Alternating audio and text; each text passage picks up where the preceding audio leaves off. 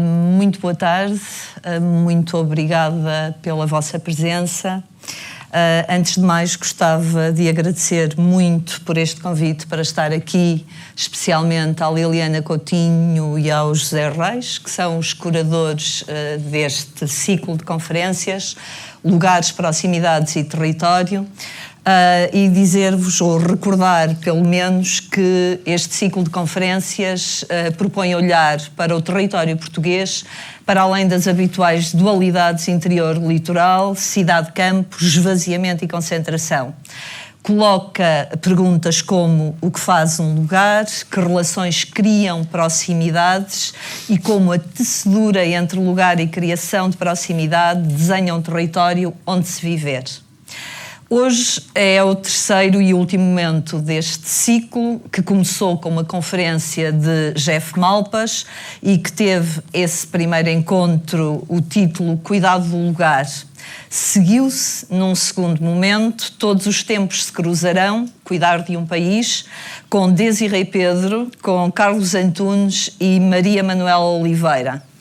Hoje, e para voltar aos mapas, inscrever os lugares e libertar as mãos, temos o José António Bandeirinha e o José Reis. Peço-vos de alguma forma desculpa por estar agarrado aos papéis, mas eu preciso deles para me orientar, porque esta na verdade é a primeira e a única vez que estou a orientar esta conversa, porque ela é única.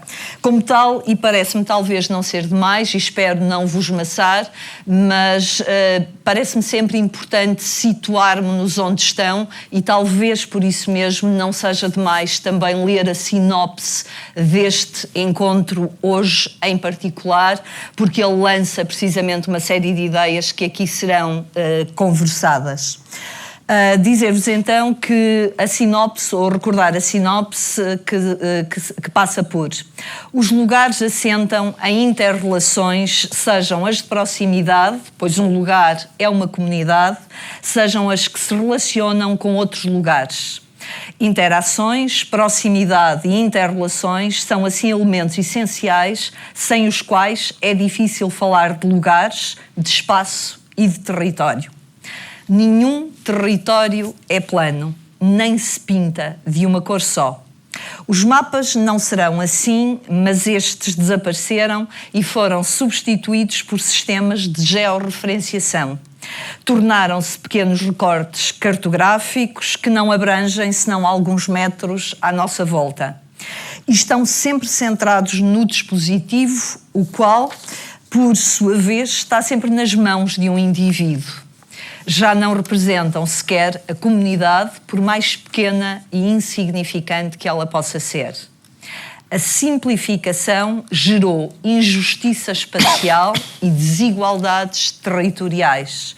Como podemos voltar aos mapas de lugares, de proximidades e de relações, onde inscrevemos as periferias que há nos centros e os centros que há nas periferias? Regressemos a um mapa de um Portugal inteiro. Esta é a sinopse da apresentação deste nosso encontro de hoje. Gostava ainda de fazer uma breve apresentação do José Reis e do José António Bandeirinha e, ainda que bastante encurtada, essa apresentação é ainda assim um pouco longa, mas parece-me importante perceber um bocadinho o percurso destas duas pessoas, porque nos ajuda, uma vez mais, a perceber e a situar a nossa conversa hoje. Então, e vou tentar ser o mais breve possível, o José Reis é professor catedrático da Faculdade de Economia da Universidade de Coimbra, investigador do Centro de Estudos Sociais, coordenador do Observatório sobre Crises e Alternativas do SES, coordenador do doutoramento em Governação, Conhecimento e Inovação, membro do Conselho Nacional do Ambiente e do Desenvolvimento Sustentável e membro da Comissão Nacional de Acompanhamento do Programa de Recuperação e Resiliência. Foi presidente da Associação Portuguesa de Economia Política, diretor da FEUC, secretário de Estado do Ensino Superior entre 99 e 2001 e presidente da Comissão de Coordenação da Região Centro entre 96 e 99. Publicou, entre muitos outros livros, publicou recentemente Cuidar de Portugal, Hipóteses de Economia Política em Tempos Convulsos e A Economia Portuguesa, Formas de Economia Política numa Periferia Persistente. Coordenou ainda, também muito recentemente, Como Reorganizar um País Vulnerável. José António Bandeirinha é arquiteto pela Escola Superior de Belas Artes do Porto, é professor catedrático do Departamento de Arquitetura da Universidade de Coimbra, onde se doutorou em 2002 com uma dissertação intitulada O Processo Saal e a Arquitetura no 25 de Abril de 74, é investigador no Centro de Estudos Sociais, foi diretor do Departamento de Arquitetura da Universidade de Coimbra, vou prescindir das datas, foi pró-reitor para a Cultura da Universidade de Coimbra, foi diretor do Colégio das Artes da Universidade de Coimbra, foi comissário da exposição Fernando Távora, Modernidade Permanente, cujo coordenador foi Álvaro Siza, integrada em Guimarães, Capital Europeia da Cultura. Foi consultor científico da exposição O Processo Saal, Arquitetura e Participação, 1974-76, comissariada por Delfim Sardo e organizada pelo Museu de Arte Contemporânea de Serralves, em colaboração com o Canadian Centre for Architecture, Montreal, Canadá. Tem, muito especialmente, dedicado os seus estudos à teoria da arquitetura e da cidade, centrando-se no essencial sobre as consequências urbanas e arquitetónicas das práticas políticas. Faço uma brevíssima nota sobre a minha presença aqui, afinal, porque estou eu aqui. A minha presença não decorre de qualquer especialização académica sobre o tema, mas sim por toda a minha vida profissional, enquanto mediadora, especialmente enquanto mediadora e programadora cultural, se tem feito a percorrer o país. Desde os ditos, e sublinho ditos, centros mais centrais, localizados especialmente nos museus de arte contemporânea e teatros do Porto e Lisboa, às ditas, e sublinho uma vez mais, às ditas periferias, que são múltiplas, em muitos e diferentes lugares deste país. E até há poucos meses, como responsável pela direção artística de um projeto artístico e educativo que tinha na sua constituição 5 municípios do Vale do Minho, as Comédias do Minho. Passo assim a palavra ao José Reis e, depois de seguida, ao arquiteto. Muito obrigado, Magda. Muito obrigado a todos por aqui estarem. É verdadeiramente uma generosidade que haja gente disponível para, assim, num fim de tarde, entrar aqui numa conversa. Quando se sobe para aqui, tem-se sempre o pânico de que não esteja ninguém desse lado, por mais experiente que seja destas vidas. Eu acho que esse pânico existe sempre e devo dizer que é muito agradável olhar para uma plateia que parece ser tão generosa e que é tão diversificada. Queria fazer uma saudação brevíssima a quem se envolveu neste ciclo, a Liliana Coutinho, em primeiro lugar, pela forma como me desencaminhou para esta andança, mas também àqueles que participaram, aos 2 que estão aqui, a Desirê e ao Carlos, que participaram, e a Maria Manuel, que estiveram aqui há uns dias atrás, e lembrando-me que foi com Jeff Malpas, numa conferência absolutamente notável, que começámos este ciclo. Todos os improvisos para um profissional são sempre programados, não é? E planeados, e eu tenho as minhas notas para seguir esse planeamento, mas por vezes apetece-me fugir-lhes rapidamente e fugir-lhes em 2 momentos. Já estava aqui em cima quando me dei conta que estamos aqui para discutir lugares, proximidade, território, num dia em que, nestes clubismos que pelos vezes inundam a pátria, num dia em que toda a gente quer dizer muita gente, esteve concentrada, teve a dar atenção à discussão sobre a criação do não-lugar no sentido literal que lhe foi dado pelo Marc Augé, e tivemos a discutir onde se faz aterrar um aeroporto. É o caso acabado do não-lugar. É verdade, os países, não sou eu que vou dizer o contrário, também precisam desses não-lugares, mas interessa-nos verdadeiramente ganhar rapidamente a imagem completa das coisas, e era um pouco por aí que eu gostaria de ir. E também fugindo uma vez mais ao meu roteiro que aqui trazia, também já em cima do palco e folheando este caderno que me acompanha em algumas circunstâncias, me lembrei de uma frase que uma vez usei, de uma frase de outra pessoa, e que usei quando verdadeiramente estava a pensar como é que havia de me dirigir a um público que não era um público tão habitual ao meu linguajar ou àquelas coisas de que estamos mais habituados. E até porque era suposto para esse público, felizmente não é o caso aqui, falar de economia. E comecei por lhes sugerir que vamos supor, e apetece-me fazer aqui esta sugestão, sugerir que aquilo que vamos aqui querer falar, aquilo a que nos queremos dedicar aqui por uns momentos, e então vou citar essa frase que já usei noutras circunstâncias, enfim, que é isso que nos queremos dedicar, é a esse difícil mistério de formar o espaço, de o interrogar, de o inverter, de substituir um objeto pela sua sombra. A primeira vez que li esta frase, num texto que se calhar alguns de vós reconhecem, fiquei logo preso a ela como algo que dizia muito mais do que aquilo que naquela circunstância, e porventura era isso que ele queria, aquele autor nos queria dizer. E que verdadeiramente dizia respeito a muitas das nossas profissões, dos nossos objetivos, das nossas inquietações. Porque, na verdade, fala-nos aqui de um difícil mistério, portanto, é sempre uma tarefa, e fala-nos direto ao assunto de formar o espaço, de o interrogar, mas também de o inverter e, sobretudo, dessa coisa muito mais extraordinária que é substituir um objeto pela sua sombra e assim sermos capazes de o recuperar de outro modo.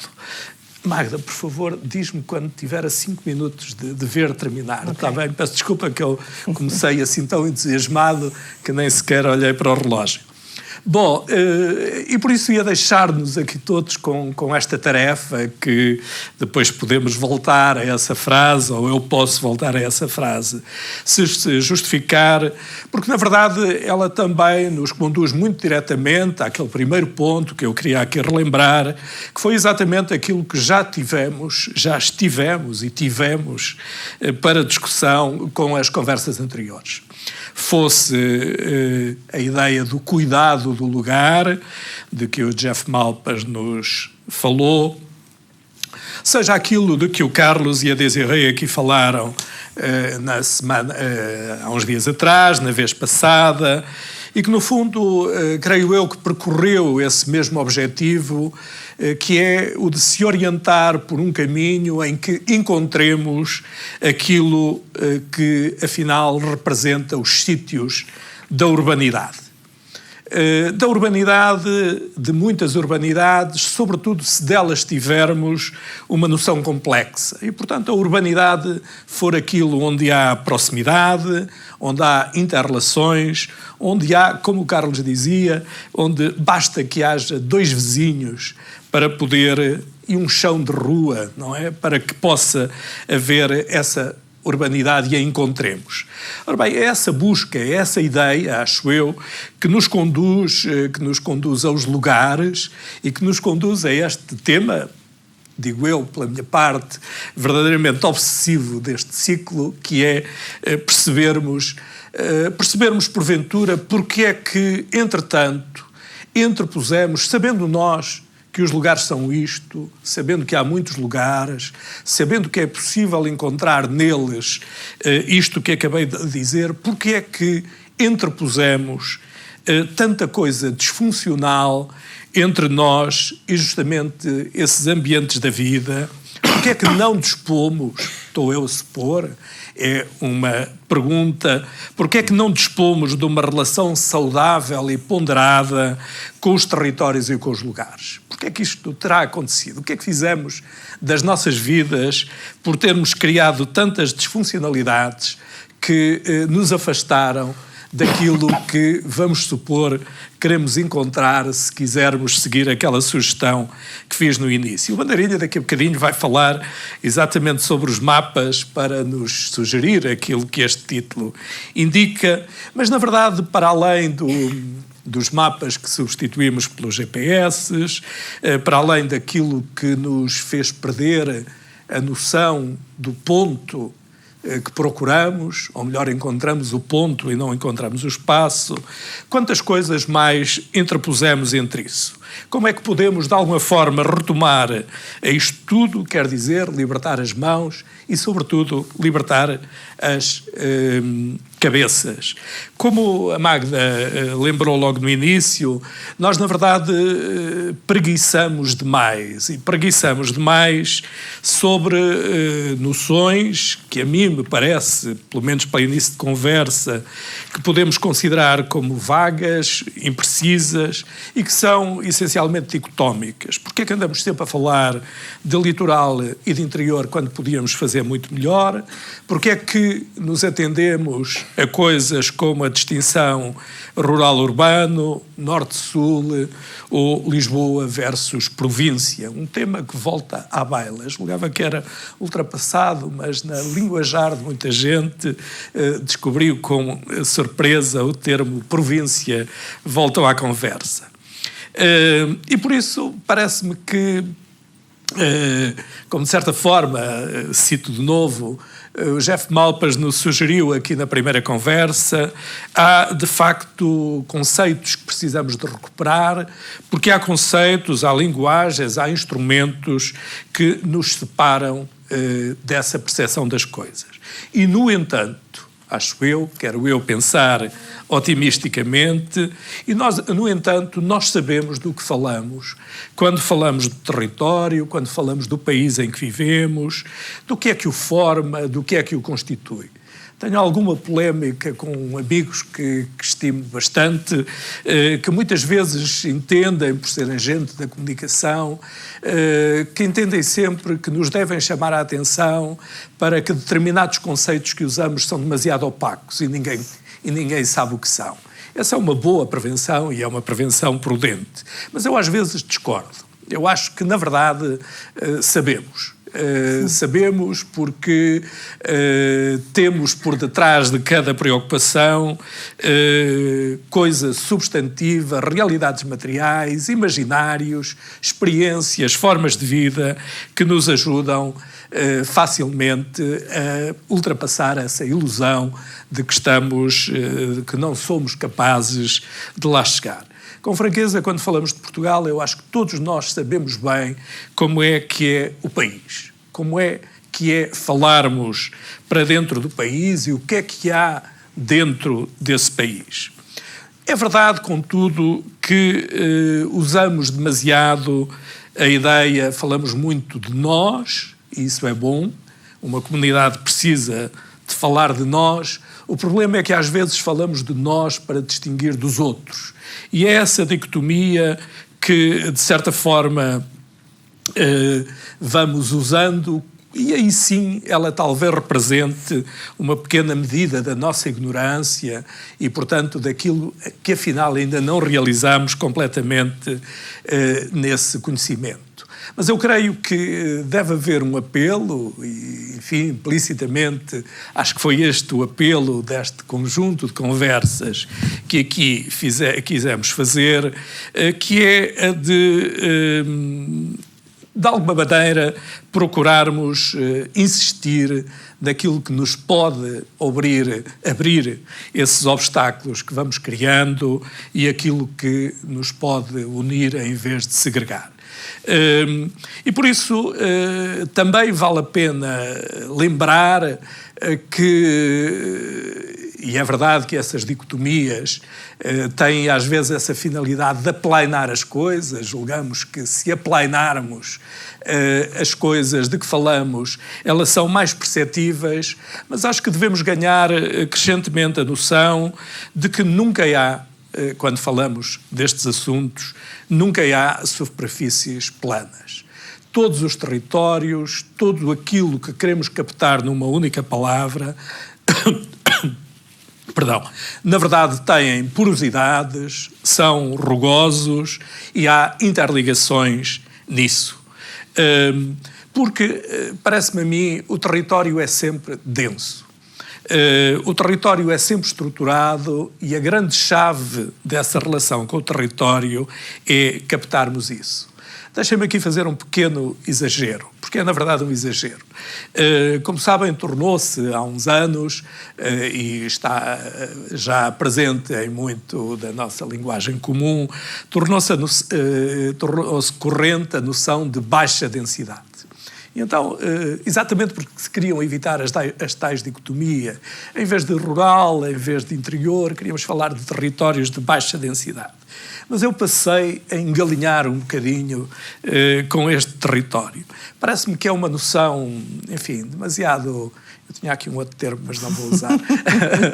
demasiado imperialista e, na verdade, demasiado simplificador.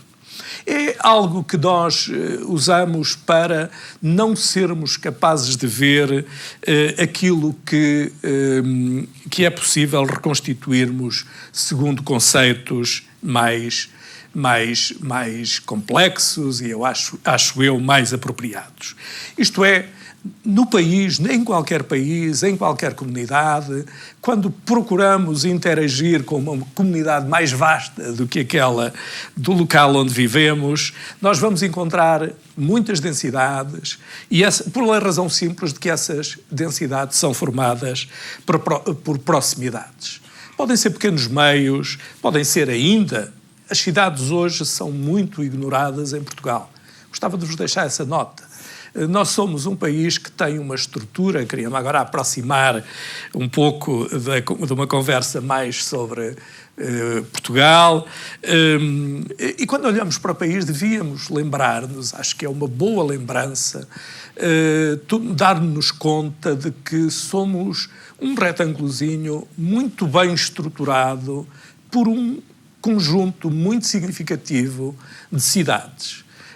De cidades que constituem rede, de cidades que são as tais porosidades e as tais densidades do território e, afinal, aqueles sítios, mesmo que não queiramos ir para outros onde é mais difícil descobrir isso, ou onde é preciso mais engenho para descobrir isso, essas cidades são lugares de vida relacional ainda muito importante. E eu acho que este apelo para quando falamos das coisas que aqui nos interessam, para quando falamos de cultura, mas também para quando falamos de democracia, para quando falamos de acesso a questões de bem-estar, para quando falamos de maneiras de capacitar as pessoas, esse mapa de cidades parece muito importante. Ora, isto obriga exatamente a que com bons mapas nós ignoremos aquilo que quisemos planificar e que quisemos considerar como algo onde eliminamos todas as densidades e todas as porosidades. Na verdade, qualquer território, mesmo o nosso, sobre o qual carpimos muitas vezes, e com justa razão, pelas suas fragilidades, pelas suas vulnerabilidades, pelas suas assimetrias, no entanto, são ainda, se mudarmos de óculos, são ainda mapas, territórios, onde encontramos formas de organização de vida a que devemos chamar densidades, a que devemos chamar capacidades do próprio território. Num mapa, leem-se as proximidades e não se leem apenas as distâncias. Muitas vezes a nossa ansiedade na relação com o mapa, não quero entrar no tema do bandeirinha, é resolvermos o problema das distâncias. Saber quanto demora, quanto tempo, o que é que temos que vencer. E, na verdade, quando olhamos com os nossos diferentes saberes especializados, sei lá, os economistas olham para um mapa e veem distâncias, os geógrafos se calhar também, embora sejam capazes de ver muitas outras coisas. Naqueles modelos que os economistas usam para interpretar o território, ganhou-se aqui há umas boas décadas já a ideia de que a distância tinha acabado. E que o custo de transporte, que na linguagem dos economistas é a forma de representar a distância, tendia para zero. E, portanto, os mapas eram planos, eram rápidos e tinham eliminado as distâncias. Se essa forma de eliminar as distâncias fosse uma maneira de recriar as proximidades, isso seria um bom exercício. Mas provavelmente... 5 minutos, ótimo, excelente. Mas provavelmente não foi por isso e é, portanto, que é necessário que nós sejamos capazes de religar esses vários olhares, incluindo, não quero levar a conversa para aí, incluindo o olhar das ciências, o olhar especializado, sobretudo o olhar das ciências sociais, e é por isso que um objetivo hoje tão prosseguido por tanta gente, o chamado objetivo da interdisciplinaridade ou da transdisciplinaridade, é muito importante. E por isso, quando procuramos essas coisas que nos mapas nos devem mais fazer desafiar, tanto podemos encontrar, como eu estava a dizer, as cidades, como podemos, afinal, encontrar uma aldeia, desde que ela seja um lugar de intensa urbanidade e, muitas vezes, O meu último ponto é para uma reflexão que gostaria que fosse brevíssima e que parte da seguinte ideia. Estive aqui, talvez em demasia, a discorrer sobre conceitos, fazer um discurso geral, vago, enfim, literário, não lhe posso chamar, que não tem qualidades para isso, mas digamos uma narrativa sem grandes âncoras ou ligações.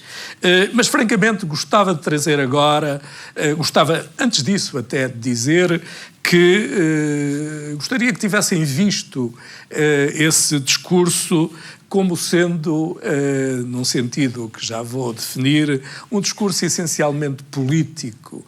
Político no sentido em que ele nos chamasse a atenção para a ação deliberada, para a ação organizada, e é essa uma das exceções da política. E ao falar do discurso político estava evidentemente a pensar no país e naquilo que talvez seja um momento certo para nós agirmos.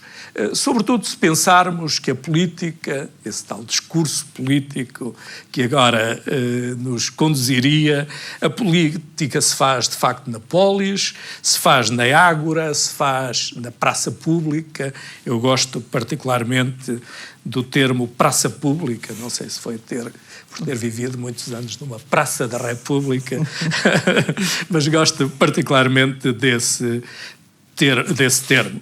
E ao contrário, como há pouco já assinalei, do que se possa pensar quando olhamos para Portugal, eu acho que não é difícil refazer um mapa do país que seja dotado de coisas muito ativas no plano territorial. Há cidades por muito lado e há cidades em muito sítio que não chamamos cidades. Há periferias, como a Magda lembrava há bocado, que são centrais.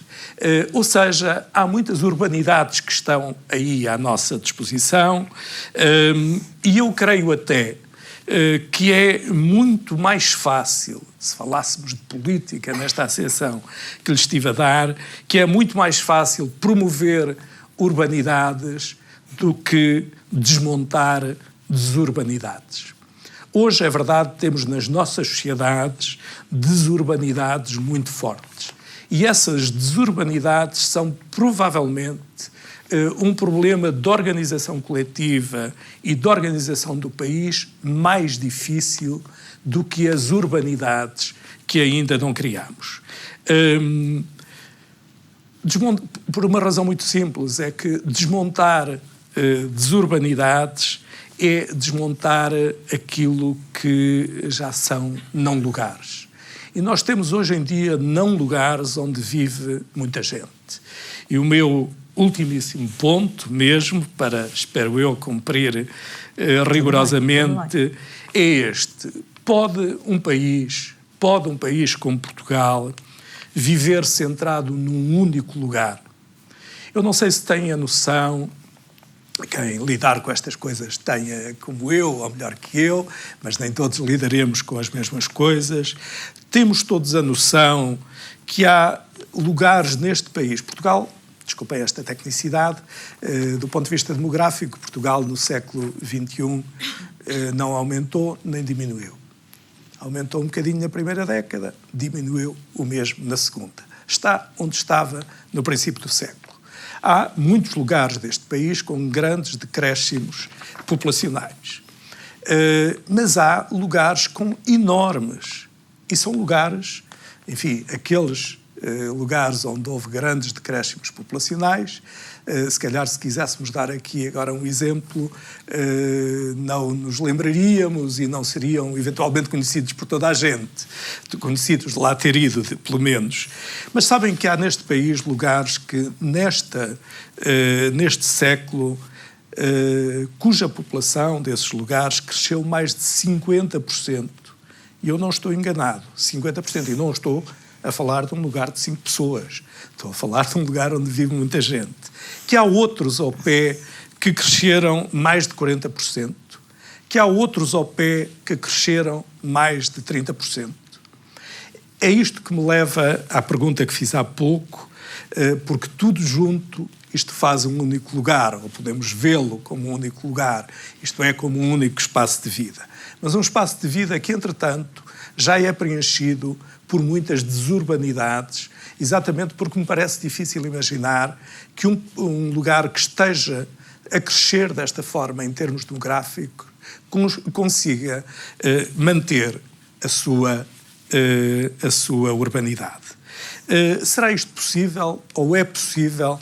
Eu sei que agora isto virou slogan numa campanha política, mas a verdade é que eu já uso isto há muito tempo e já tinha isto escrito. Ou será possível que Portugal possa ser mesmo um país inteiro? É essa a minha questão. E se não se importam, para terminar, eu repetia a frase que comecei, que, como muitos saberão, não é de um economista, não é de um sociólogo, é a seguinte frase, é a frase que já ouviram: esse difícil mistério de formar o espaço, de o interrogar, de o inverter, de substituir um objeto pela sua sombra. Esta frase é de um escultor, é do Rui Chaves, e eu acho que é melhor do que qualquer economista ou estudioso de espaço alguma vez poderia ter escrito. Terminei. Sim. Muito boa noite a todos. Eu peço desculpa, queria começar por agradecer à Culturgest, em particular à Liliana Coutinho, este gentil convite e, sobretudo, a motivação que foi voltar a estes temas depois de algumas discussões que às vezes são muito motivadoras entre nós, mas depois batem em paredes que são intransponíveis. Também peço desculpa aos meus colegas de mesa e saúdo-os, a Magda Henriques, o Zé Reis, a Maria Manuela Oliveira, a Desirê Pedro, o Carlos Antunes, que não são colegas desta mesa, mas são de outras mesas, e foram de outras mesas antes. Precisamente por tudo, pelas palavras da Magda e por tudo o que foi criado, perdão, nestes encontros. Também lhes peço desculpa por não estar virado para eles, porque não queria que saíssem umas coisas estranhas que às vezes saem das bocas nestas alturas, e também não queria que saíssem para o público, mas eu não consigo falar com a máscara. Pô-la aí no fim. Eu vou começar por ler um conto. Não se preocupem que não é um conto muito breve, de alguém que já foi aqui chamado também, e que é inevitável que ele seja chamado,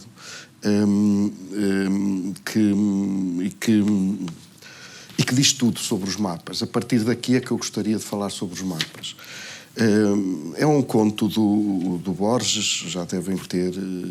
A Maria Manuel trouxe aqui também na última sessão, porque é um pouco inevitável, que se chama Do Rigor em Ciência, e que é só um parágrafo. Portanto, eu tomo a liberdade de vos ler este parágrafo.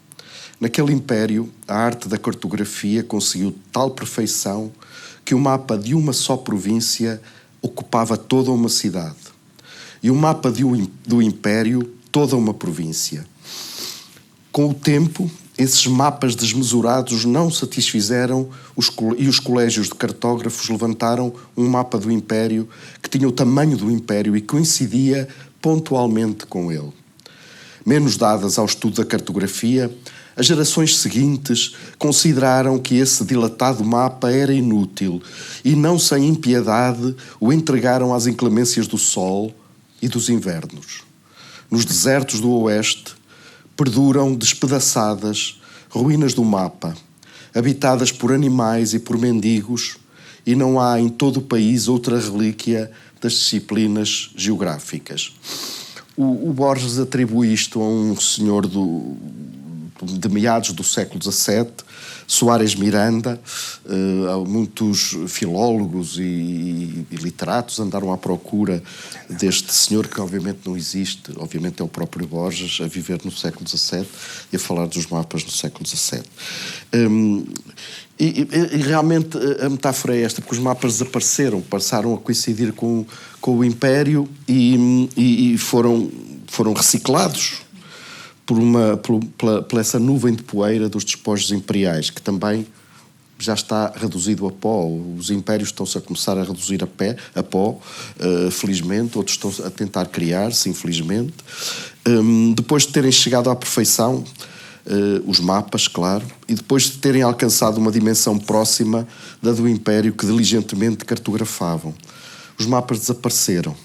Foram depois substituídos por sistemas de georreferenciação, como José Reis já disse.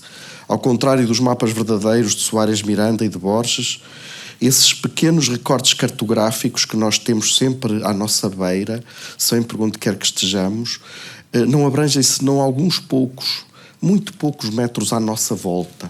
Assim como eu tenho que estar aqui, porque não posso chegar muito a vocês. E estão sempre centrados no dispositivo, nesse dispositivo, o qual, por sua vez, está sempre nas mãos de um indivíduo. E as mãos estão assim, ou estão assim, estão sempre assim lá a mexer. Já não representam o império, já não representam sequer a comunidade, por mais pequena e insignificante que ela possa ser. Representam cada um de nós, na sua individualidade estéril. Dessa sua limitação extrema, decorrem coisas, situações, circunstâncias, fenómenos. Estou em crer que uma delas é aquilo a que vagamente aludimos como sendo a injustiça espacial ou desigualdades territoriais. Estamos centrados sobre nós próprios e sobre o nosso devir imediato. A seta, essa seta que é feia do ponto de vista gráfico, indica-nos a direção, mas não revela a deslumbrante beleza que há na totalidade do caminho. que é impressionante. A totalidade do caminho desapareceu. É claro que nós temos que fazer assim, mas depois ele fica muito grosso e não se percebe o que é que ele ultrapassa, o que é que ele passa por cima. E a totalidade do Império também deixámos de perceber. Tal como o mapa, esse mapa também fazia. Não sei bem como, mas sei que é necessário voltar aos mapas. E era por isso que nós estávamos aqui. É urgente, de certa maneira, voltar aos mapas. Eu usei esta falsificação literária, como alguns estudiosos chamam, esta falsificação literária, só porque Soares Miranda não existiu, foi criado pelo Borges, mas não é uma falsificação, é uma coisa mais verdadeira que se ele pusesse ainda o seu nome.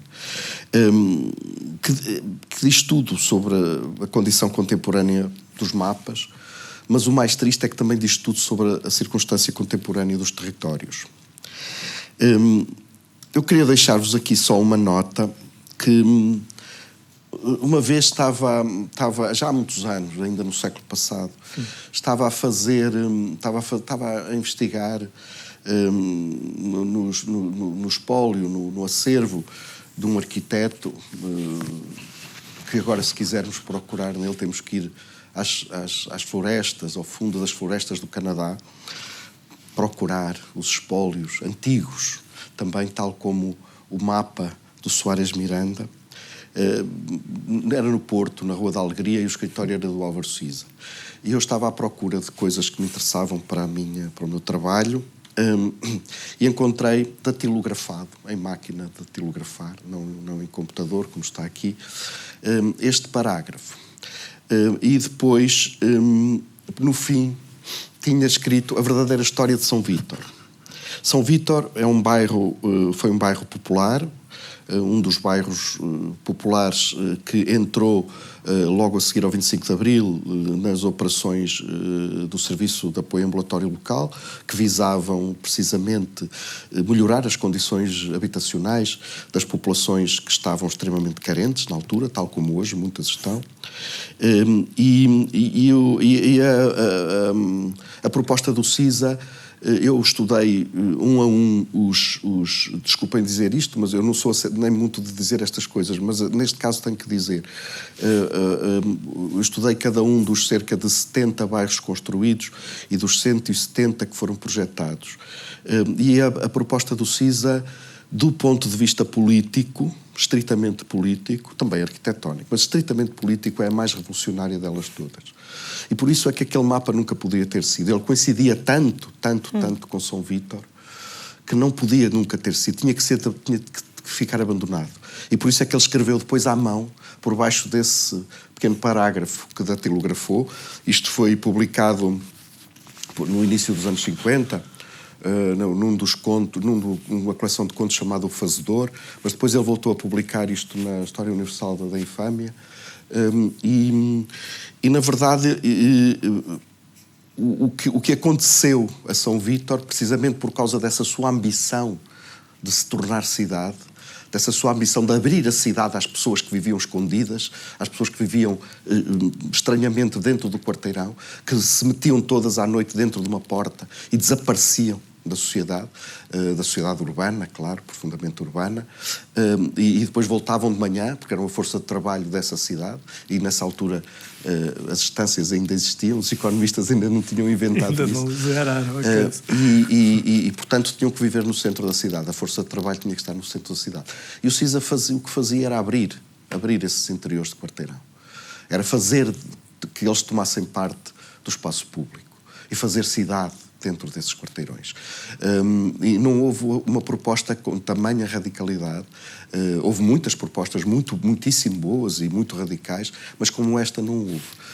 E, portanto, estava condenada, como ele próprio notou, estava condenada a perder-se. Ou seja, neste caso, o projeto de São Vítor ficou por cima das casas e foi deixado à intempérie, depois as ilhas foram abandonadas, houve projetos que passaram por cima, etc. E ainda hoje nós vemos fragmentos desse projeto, porque um projeto também é um mapa, por cima disso.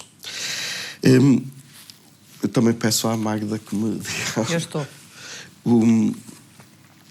Outro tema muito importante para este nosso ciclo foi, e eu tenho o privilégio, que é mesmo um privilégio, de poder falar no fim do ciclo, não porque queira de maneira nenhuma fazer sínteses ou quer que seja, porque não são passíveis de ser feitas, mas porque eu próprio me sinto motivado com aquilo que os meus amigos e colegas disseram aqui antes. Outra coisa que foi muito falada foi o cuidado com o lugar. Ora, nesse sentido eu peço desculpa por também dizer outra alusão, mas que é natural e que eu penso que todos estarão de acordo. O cuidado com o lugar é, ou deve ser, primariamente ou primordialmente, a função da arquitetura. A função da arquitetura é cuidar dos lugares. Também há muitas outras pessoas que se dedicam ao cuidado com os lugares, ainda bem. Mas essa se reduz a 2, 3 palavras, são essas 3 palavras. É cuidar do lugar onde estamos.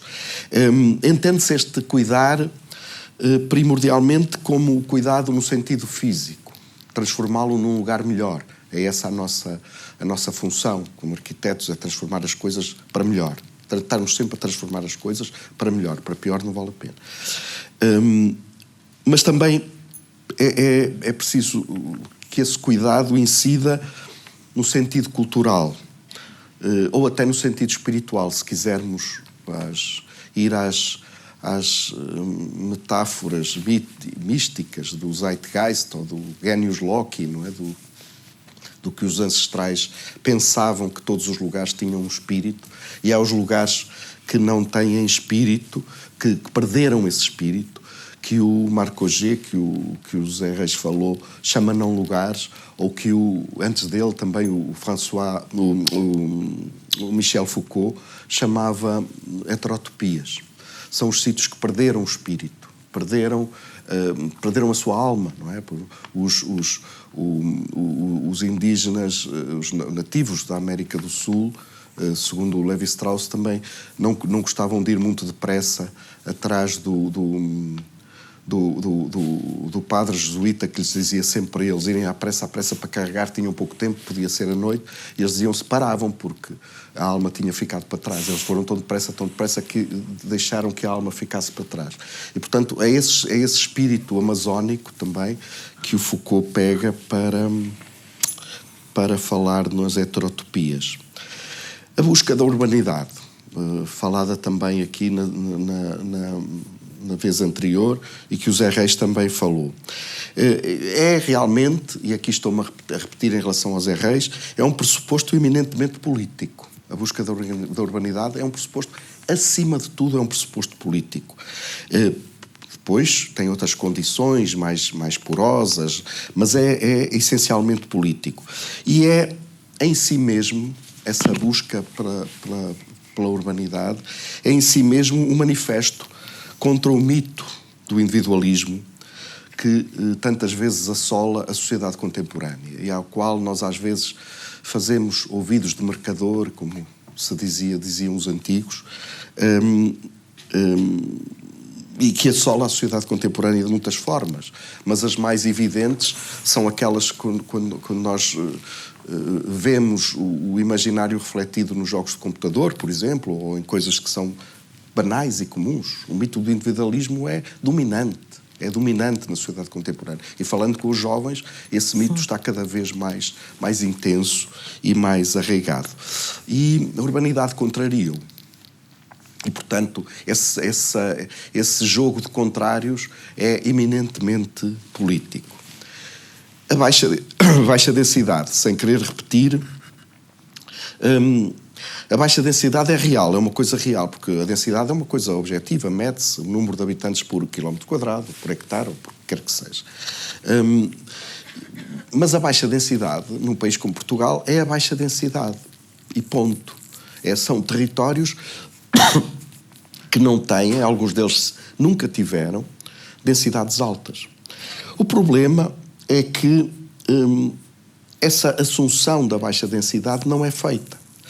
E, atualmente, Uma das grandes perversidades é que aquilo que se designa por baixa densidade, os célebres territórios de baixa densidade, tem sempre, mas sempre subjacente, a ideia que essa baixa densidade encerra em si mesma o desejo de ser alta densidade. E isto é o que está errado neste jogo. É só isto que está errado. Isso faz com que as pessoas... Perdão. As pessoas que governam, que gerem esses territórios de baixa densidade, tenham que responder perante tudo, perante os eleitores que os elegem, perante o governo, perante as comissões de coordenação, perante toda a gente, pelo facto de serem baixa densidade. Portanto, tem um anátema sobre eles. Vocês são baixa densidade, vejam lá se mexem, vejam lá se fazem aí qualquer coisa, porque vocês são de baixa densidade. Quando a baixa densidade devia ser a identidade própria desses lugares. Há um ou outro, perdão, dos 300 e poucos autarcas, 300 e poucos com cargos de conselheiros, porque são muitos mais, e com cargos de presidência de conselho,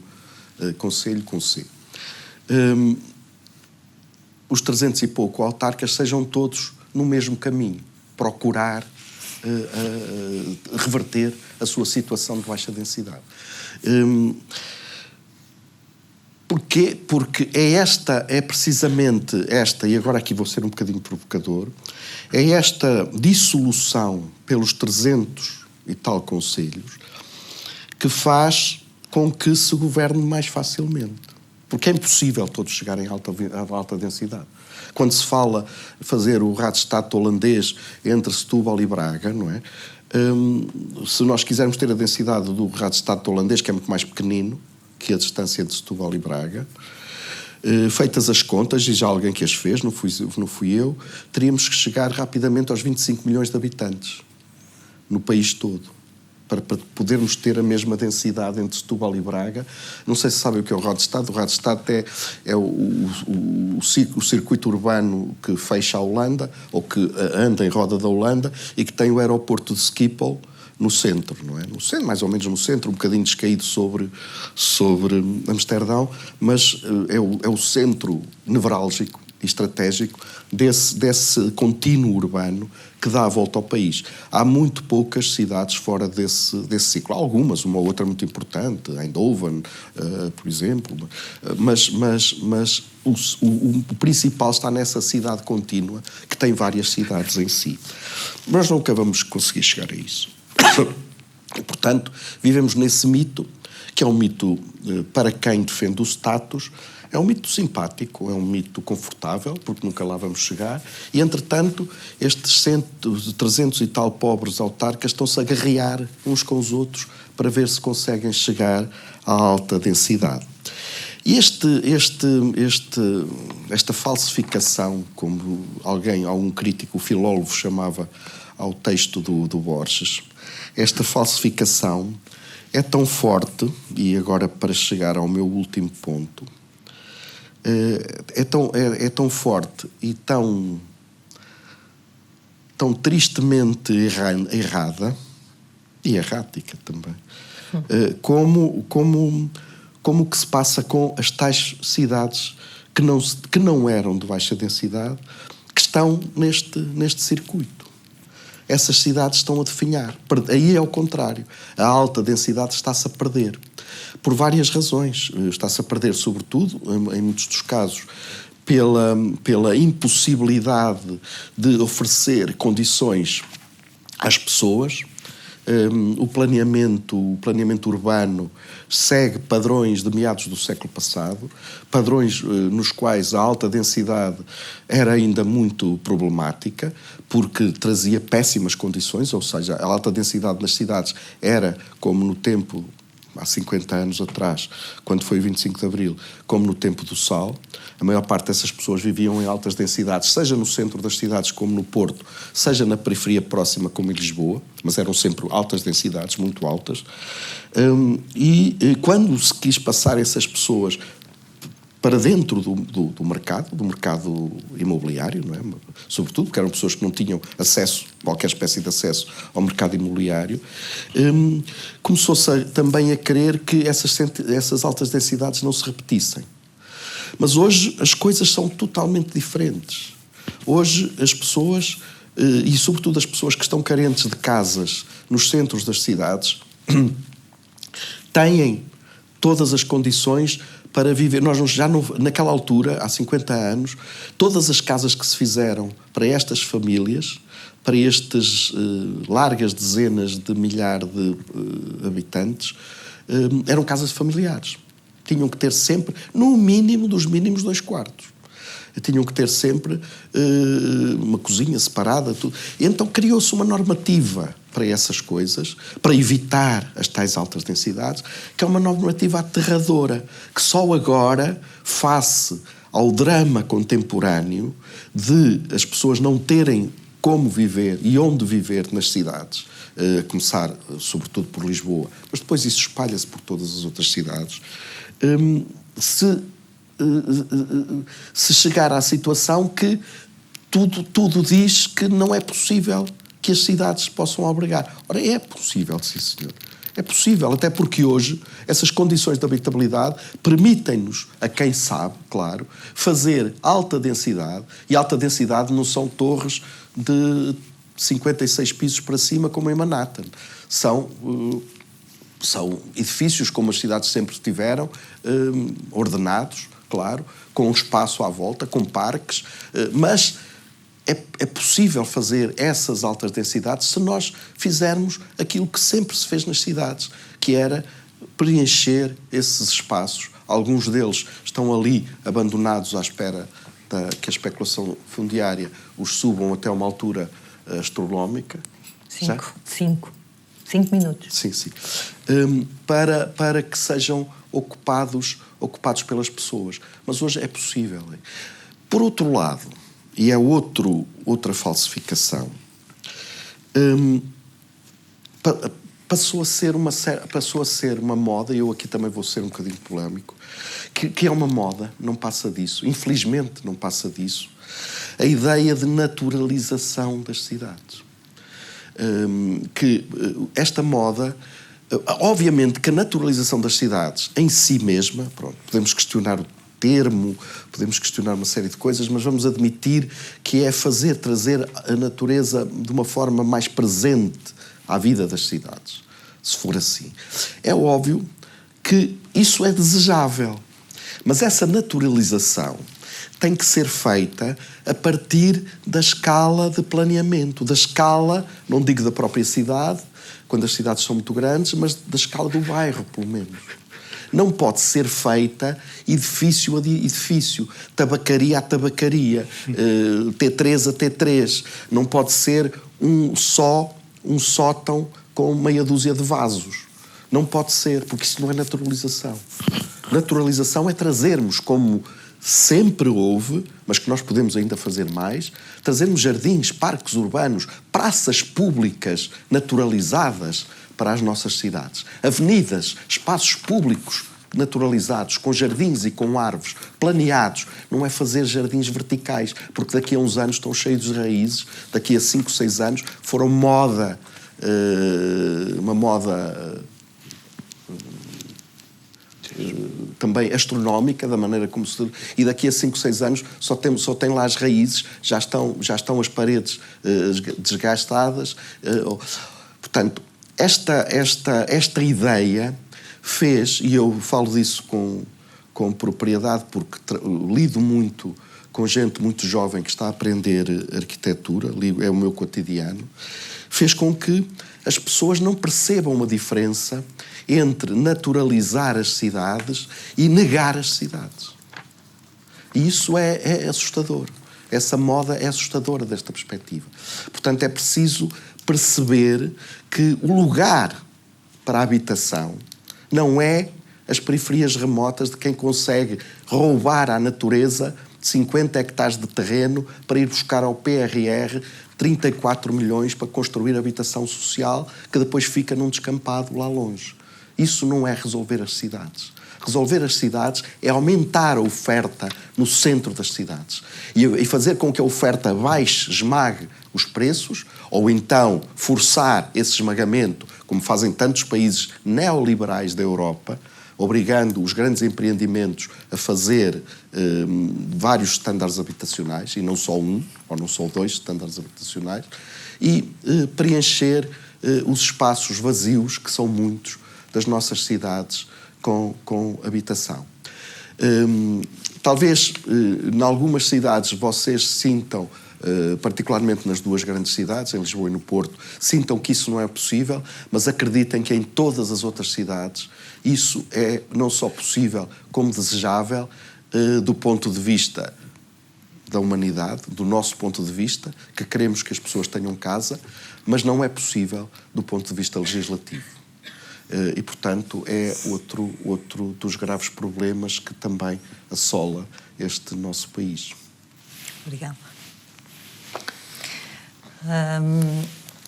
Eu posso e podemos, na verdade, se houver já perguntas, comentários desse lado, podemos já passar para esse lado.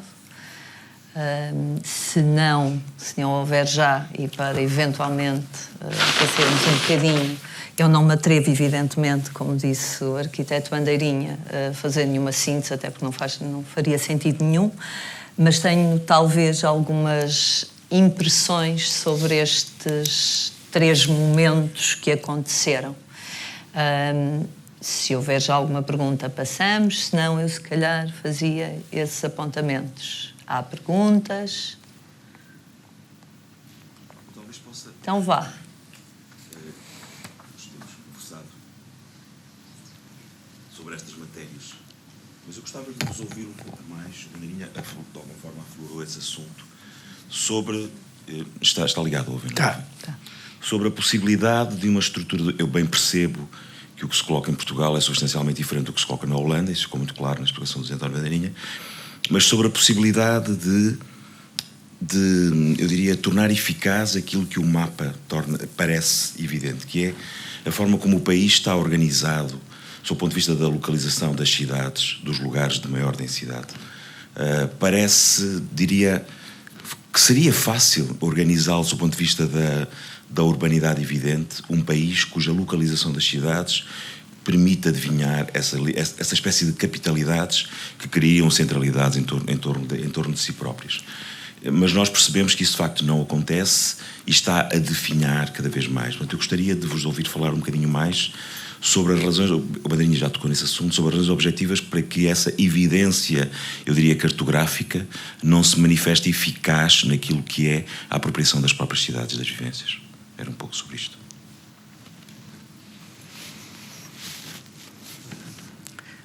Já agora, voltar um bocadinho aos números e à objetividade dos números. Eu, como sou economista, tenho a obrigação de conhecer e de saber, tento dizer isto aos meus alunos, que não há nada mais enganador do que um número.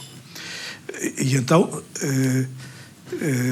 sobretudo se estivermos a usar 2 ao mesmo tempo, como é um rácio, não é? Como é o rácio do cálculo da densidade, por exemplo, visto que temos que pôr alguma coisa no numerador e alguma coisa no denominador. E a densidade depende do denominador. Isto é, se eu estiver a considerar uma grande extensão numa zona onde há pouca gente, evidentemente que vou obter um rácio baixo. É por isso, eu acho que eu vi isto na pergunta do Carlos, é por isso que a primeira, enfim, como se diz às vezes a propósito de outras coisas, a primeira vitória ou a primeira derrota obtém-se no diagnóstico das coisas, ou melhor, na interpretação das coisas, no modo como interpretamos. É assim, por exemplo, com as crises, não é? Ganha a retórica e a narrativa sobre a crise quem primeiro ganhar a forma de interpretar essa crise. Depois é que vamos à conversa. Bom, aqui em Portugal, eu julgo que esse ponto... Devo dizer que houve uma fase da minha vida que andei muito acompanhado de uns mapas, de uns mapas em que justamente me tinha tido a possibilidade de ser eu a definir qual era o número qual era a escala à qual se calculava a densidade. E, portanto, calculei, isto é, alcancei, sem fazer batota, a densidade que me interessava para aquela circunstância alcançar. E, portanto, pude encontrar com facilidade densidades altas em zonas habitualmente de baixa densidade. De que é que eu estou a falar para tentar não estar a falar chinês? Se eu achar que uma cidade é algo composto pela população que está a meia hora de distância, evidentemente que eu posso encontrar uma cidade de um grande tamanho, ou melhor, de um tamanho maior do que aquele que estamos habituados a encontrar numa zona onde não era suposto encontrá-lo. Ora bem, isto é possível fazer. Há um mapa, há uma representação, acho que usaste o termo de capitalidade, e aqui não faz mal nenhum, não é? Há representações de capitalidade que no nosso país, isto é, estamos a falar no Portugal fragilizado territorialmente, com territórios em perda dos dias de hoje. Nesse mesmo Portugal, é possível para a política, e agora a política nas várias acessões do termo, é possível encontrar âncoras muito fortes em sítios onde supostamente elas não existiriam. E, portanto, nós temos o dever, acho eu, foi assim que interpretei o que o Bandeirinha estava a dizer e o que creio eu que também estava implícita na tua sugestão, nós temos maneiras de encarar este país de forma muito diferente do que ele é, como digo, e encontrando esses elementos. Mas isso leva-nos realmente a ter uma concepção suficientemente apurada do que é urbanidade e do significado da urbanidade nesta finalidade. E, inversamente, acontece o mesmo. Isto é, se nós medirmos a densidade não pela ocupação, a densidade não é só a das pessoas, há várias densidades.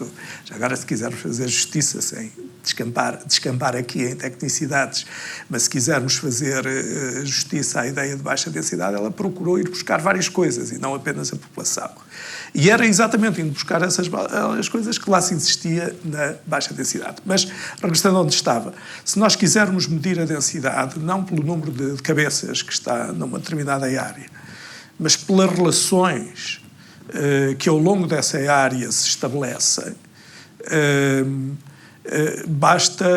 nós vamos encontrar densidades baixíssimas na área metropolitana de Lisboa. Segundo este critério, estou aqui a especular. Imaginem que, quer dizer, todo o caminho da Fertagos, acho que estou a dizer bem, não é? Todo o caminho da Fertagos, será ele um caminho de alta densidade, apesar de haver muita gente por quilómetro quadrado? Ou será um sítio de baixíssima densidade, se olharmos para o número de pessoas com quem aquelas pessoas falam e interagem quando vão do trabalho para casa? Portanto, a reconstituição, e vou aqui parar, a reconstituição desses elementos de capitalidade e desses elementos de urbanidade é uma coisa que eu acho que é muito possível em Portugal. E quando ouço muitos de vocês, os que agora estávamos aqui nesta conversa, e então quando ouço o Bandeirinha percebo isto com muita clareza, porque seja quando vocês falam, e ele falava há bocado, de onde é que se deve construir e como é que se deve construir. Eu e ele, já agora podemos aqui contar, fomos da Assembleia Municipal de Coimbra e um dia propusemos, a dizer loucos, que se não foi assim, foi lá perto, que a taxa mais elevada de IMI fosse cobrada na periferia e que a taxa mais baixa fosse cobrada no centro. Como calculam, a proposta não só foi lapidarmente derrotada, como fomos olhados como tipos que provavelmente não se estavam a explicar bem. Mas é assim que, e este é um exemplo, apenas um, é Bandeirinha das Patinhas. Quer dizer, Na verdade, há lugar para tudo, não é? Há lugar para... O que eu quis dizer é que há lugar para a baixa densidade. Não há lugar é para que nós queiramos transformar a baixa densidade em alta densidade e a alta densidade em baixa densidade. Isso é que não me parece bem. As coisas... Às vezes, o mito da inovação, não é? Por isso é que eu falei em moda, o mito da inovação sobrepõe-se àquilo que são milénios de convivência urbana, humana. São milénios, não são séculos. E que nos deram provas empíricas que não são só espaciais, são muito espaciais, mas são eminentemente políticas, de convivência. E nós não queremos olhar para elas, de uma maneira geral. Estamos mais interessados em fazer coisas que nunca foram feitas, que agora de repente vão surgir do nada. Este outro mito também da... O que é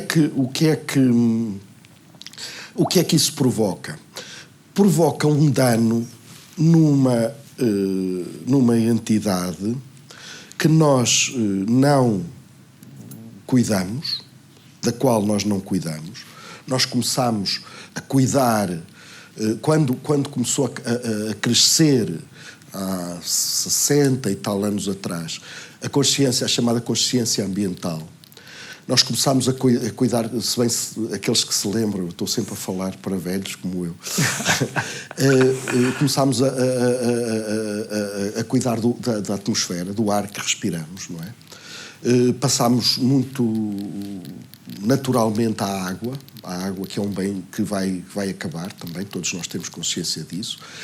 A energia, a forma como a energia é gerada, portanto, a energia não pode mais ser gerada assim. Fomos trabalhando sobre estas coisas todas, ainda hoje lutamos com mais garra ou menos garra, de uma forma mais palaciana ou de uma forma mais arruaceira, digamos assim, no bom sentido da palavra, que arruaceira nem sempre é um mau sentido. Mas estamos a pensar nisso tudo. Mas o espaço que ocupamos é também um recurso. E desse ninguém fala. Esta densidade da Fertagos, para ser objetivo, que o José falava, foi criada precisamente no final da década de 60, princípios de 70, com casas individuais, onde toda a gente gostava de ter um subúrbio anglo-saxónico com a construção portuguesa, aquela que era possível, não é? E que é a coisa mais predadora de espaço que existe. Nós somos 8 mil milhões de seres humanos sobre o planeta, 8 mil milhões de pessoas. Como é sabido, vamos chegar aos 10 mil milhões daqui a 25 anos, a 24 anos, ou pelo menos, se calhar antes, não sei, mas é isso que está escrito no céu, pelos demógrafos, não é? E continuamos a abusar do espaço. O espaço é para desperdiçar, o espaço é para... Ora... Obviamente que esta ideia, quando nós falamos, outra coisa que o José Reis montou, é a questão da ruralidade. Quando nós falamos em ruralidade em Portugal, o que é isto? A ruralidade era uma outra urbanidade, quando era mesmo ruralidade. As aldeias antigas eram compactas. As pessoas viviam ainda mais compactadas que nas cidades, muito mais. E tinham muitas atividades, não tinham só agricultura. Pois, exatamente. E eram comunidades que se apoiavam entre si. Algumas detestavam-se, mas era uma vida em comum que tinham, que hoje em dia, nesta figura que estes planeadores em Portugal criaram, que é a figura que, eu não sei as percentagens, mas eu desconfio que deve ser para cima de 80%. Da construção é feita de acordo com esta figura, que é o loteamento. Mas podemos pôr isso nos números e depois vemos, que não são aldeias. E as antigas aldeias foram parcialmente destruídas. E no lugar delas foram construídos loteamentos que avançam. Então aqui nesta região, a norte, o chamado, mal chamado Pinhal Interior Sul, Pinhal Interior Norte, Pinhal Litoral, etc., são tensões pelas antigas estradas que ligavam vilas, que ligavam aldeias, com casa, que não é aldeia nenhuma. É desperdício completo de espaço nesse sentido. Ora, entre isso e o facto das cidades estarem vazias, por razões diversas, em Lisboa porque não tem habitantes e porque está cheia de turistas e as pessoas não cabem na mesma casa, os habitantes e os turistas, portanto, alguns têm que sair e obviamente que ficam os que pagam mais. E nos outros sítios porque por causa desses atavismos de planeamentos antigos herdados do século passado que impedem as pessoas de construir nas cidades sem vir ninguém gritar que é especulação fundiária, que é não sei quantos. E, portanto, as cidades estão vazias, que é o sítio onde as pessoas devem estar mais juntas, e essa baixa densidade, baixa altura, que é assim que se chama, baixa densidade, baixa altura, tecnicamente, espalha-se para o país todo, desperdiçando espaço. No caso destas aldeias do Pinhal Interior, tristemente o que acontece no verão é que as casas que ardem são essas, não são as das antigas aldeias. As casas todas que arderam, e aí eu sei que não foi uma única nas aldeias que eram compactas e cuja capacidade permitia criar uma zona de culturas à volta que afastava tudo o que fosse mato, tudo o que fosse pinhal. O que ardeu foram as casas destes loteamentos que se continuam a fazer e que já arderam, mas já estão a fazer mais, continuaram a fazer mais e vão continuar a fazer.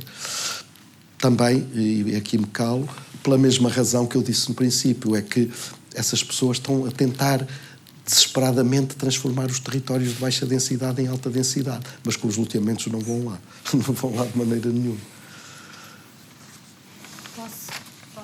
Sim.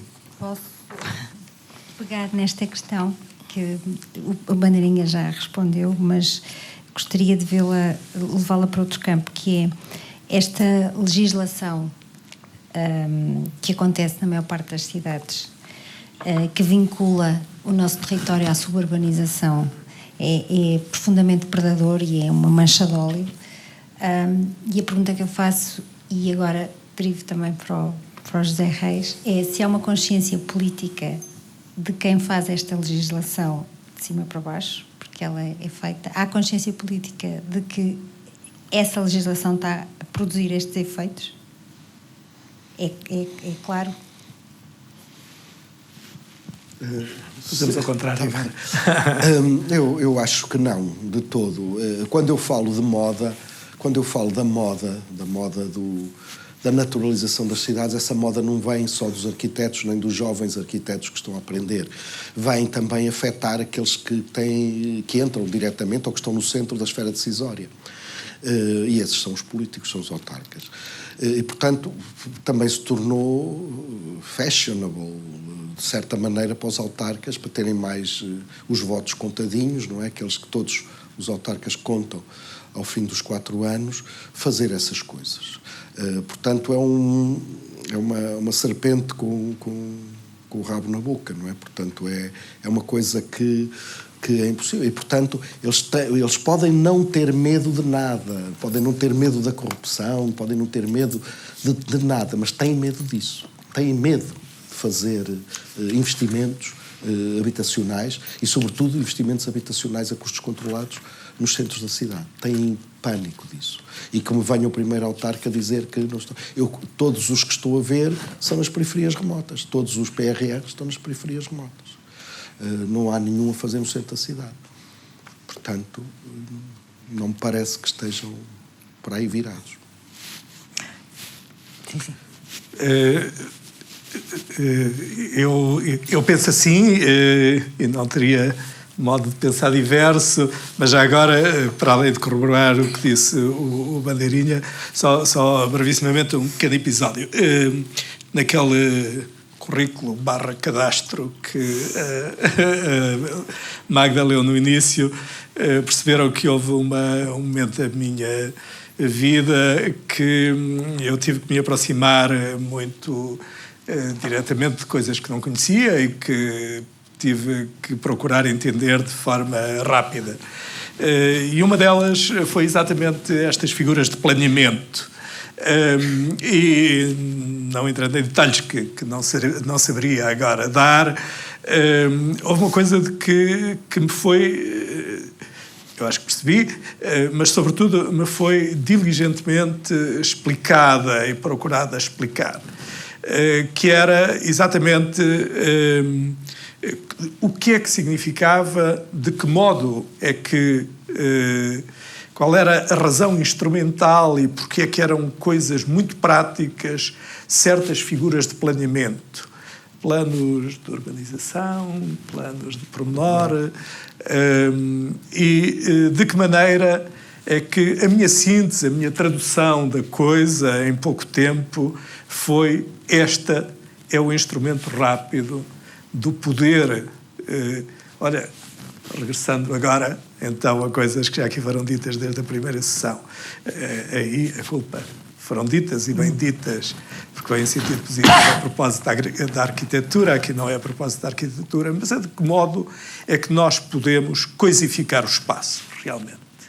E, portanto, explicaram-me a forma simples de qualquer coisa é esta, porque há um instrumento de planeamento que foi pensado para que assim fosse. O assim fosse, estou eu a dizer, coisificar o espaço, torná-lo em coisa. E, portanto, torná-lo em algo que é da mão do planeador e não é, obviamente, nem da mão dos residentes, nem da mão dos que, em vez de planear por cima, como tu disseste, a partir de cima, pudesse ser algo que ajudasse a tecer e a fazer melhor. É por isso que me parece que isso às vezes fica mesmo, não quero, eu que não sou, não quero pôr demasiada responsabilidade em cima dos arquitetos, mas nota-se como é a arquitetura que, em dado momento, em muitas coisas que os leigos admiram, não é? Quando olham para intervenções, para projetos, para desenhos, que é exatamente essa luta insana por repor a partir de baixo ligações, formas, isto é, desenhos que contrariem isso. E eu queria colocar uma questão que se prende e também tem a ver um bocadinho com a minha experiência, não é? E vocês falam disso, e sobretudo o arquiteto Bandeirinha fala disso, como é que a questão da arte e da cultura pode ser um elemento, pode ser uma âncora que contribui para esse, não necessariamente para a criação de densidade, porque afinal a densidade pode existir entre dois vizinhos, mas para o fortalecimento dessa densidade. Se calhar gostava um bocadinho de vos ouvir falar, até por sei também que estão presentes depois pessoas que estão relacionadas precisamente com esta área. Eu gostava de vos ouvir falar um bocadinho sobre isto. Agora isto. Agora sou eu. Olha, aqui há uns tempos comecei a fazer contas de cabeça, ou melhor, comecei a relembrar-me e fui fazendo passar na minha mente uma série de lugares, de sítios, de cidades do país onde tinha ido nos últimos 4 ou 5 anos, naquela altura, enfim, na última meia dúzia de anos. Bom, e comecei a ver que, em primeiro lugar, eram vários, de norte a sul, vários sítios, e comecei a ver que não fui lá por nenhuma tecnicidade, fui lá porque me chamaram, ao contrário daquela anedota que aqui não conto, e comecei a perceber que em cada um daqueles sítios eu realmente, se calhar já conhecia, na verdade já conhecia todos esses sítios, mas fiquei foi-me restituída, digamos assim, uma imagem muito diversa e, com franqueza, não é para fazer agora aquelas palavras bonitas que se fazem nestas circunstâncias, saí de lá com uma noção muito diferente do que era a vida de cada um destes sítios. E, como digo, não fui lá por ser economista ou por estudar economia, fui lá por qualquer razão fortuita ou então por ser um tipo que digo disparates com relativa facilidade. Bem, portanto, coisa que os economistas nunca fazem, como se sabe. Bom, e qual era o traço comum disso tudo? O traço comum disso tudo é que, evidentemente, estávamos a falar ou de autarcas com especial preocupação, mas isso até foi raro, com especial preocupação de atender às questões culturais e, digamos, àquela ideia de juntar gente num sítio para conversar. O traço mais comum é que eram entidades do que podíamos chamar aqui de forma rápida a cultura. Enfim, uma das responsáveis por isso foste tu, ainda por cima isso permitiu-me perceber como num sítio como o Alto Minho havia coisas que é fácil de explicar em duas ou três palavras, quer dizer, haver junção de 5 municípios, haver teatro feito nas escolas ou feito para as escolas e haver teatro de não profissionais nas aldeias, para além de uma companhia profissional de teatro. Bom, e isto agora, não indo dar outros exemplos, reconstituiu-se a muito propósito. Portanto, a conclusão simpática, banal, nestas circunstâncias, mas muito verdadeira, é que, já que estivemos aqui a falar, mas era com este sentido, eu sei, estivemos aqui a falar de urbanidade, nós podíamos estar apenas a falar de mapas, não de urbanidade, mas de cultura, não de cultura, mas de presença associativa, não de presença associativa, mas de agentes políticos que não eram necessariamente os autarcas eleitos e que eram outros. É esta conjugação de coisas que me parece que ajuda muito, e não vou dizer-vos quais foram esses lugares que não faz sentido, mas eu era capaz de dizer agora aqui 7 ou 8 desses sítios que reconstituiria, sendo que eu... e mais uma vez não foi por boa vontade, foi mesmo pelo que vi, encontrei lá sinais de grande dinamismo, de grande vitalidade, e esse é um mapa completamente diferente daquele que habitualmente encontramos com indicadores económicos ou demográficos. E, portanto, isto só nos mostra como é que uma certa rebeldia ou tentativa, obstinação, gosto desse termo, já usei uma vez exatamente para falar destas coisas, porque é que uma atitude um bocadinho obstinada é plausível e, na verdade, encontra muitos recursos e muitos aliados que não são meramente aqueles que fazem uma visão, deixa-me dizer assim, para mais rápido, tecnocrática das coisas. Bom, aqui há, mais uma vez, vou apelar ao tempo. Aqui há 60 anos atrás houve 50, mais propriamente. Houve muitos filósofos, cientistas sociais, sociólogos, pensadores, que falaram, e bem, em meu entender, da possibilidade única daquele momento, logo a seguir ao 25 de Abril, de Portugal passar da pré-modernidade para a pós-modernidade, sem passar pela modernidade, que é uma ideia lindíssima e que podia ter tido, não teve, mas podia ter tido coisas fascinantes a esse propósito que a Desirê estava a falar. Ou seja, como é que essas comunidades que estiveram sempre na pré-modernidade poderiam ter passado naturalmente, com grande naturalidade, se fosse uma coisa muito forçada, não era possível, mas da pré-modernidade, que era como estavam na altura, 1974, para a pós-modernidade, de um salto só. Mas isso não aconteceu. E, portanto, como? E ainda bem. Se calhar, não sei. Mas, pelo menos, como ideia poética era bonita. Agora, o que eu acho é que, portanto, não vale a pena tudo o que fizermos em prol disso agora é forçado. Isto para dizer que agora é forçado. Eu acho que agora o que há é possibilidade, eu não diria só a possibilidade, eu diria o dever. Nós temos o dever de fazer com que esses territórios que não têm nome, não é? Porque o mal deles é não terem nome, passem a ter atividade cultural como em qualquer outro sítio do país. Ela tem que ser igualitária. E esta já é uma crença minha, penso que entre os grandes centros de produção e de difusão, em Portugal são 2, não é? Não são assim tantos como isso, e esses bocadinhos que a Desirê se referia, que eu penso julgar quais são, tem que haver pontos intermédios. Daí a a nossa vertigem a falar das cidades. Porque não é possível, nem sequer eu penso que seja desejável na cabeça de algumas pessoas. Em muitas é. A Magda é um magnífico exemplo disso. Mas em muitas pessoas isso não é possível, nem sequer é pensável.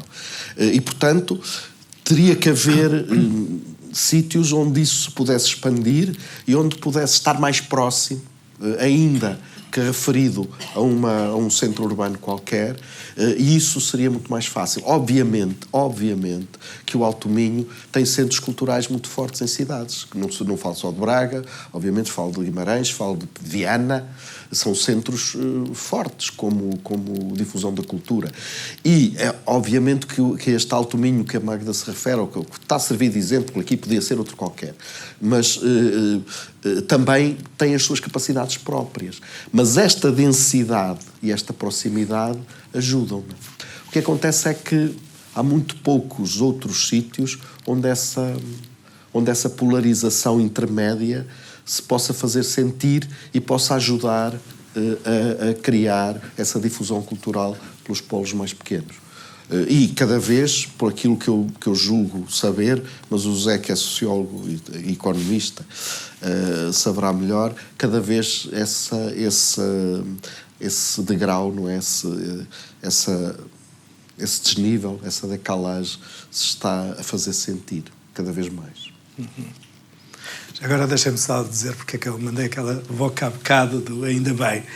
É que, na verdade, se nós, enfim, então aqueles como eu e a Bandeirinha somos praticamente os únicos aqui com essa capacidade de nos lembrarmos de há 60 anos, já de há 50, lembrarmos de coisa vivida. Quer dizer, eu confesso que estou mesmo convencido que um mapa do país criado por uma transição da pré-modernidade para a pós-modernidade nunca se aguentaria. E por isso é verdade, há lugares do nosso imaginário, não é do imaginário, da nossa recordação, que eram lugares que nunca mais ouvimos falar e que correspondiam a isso.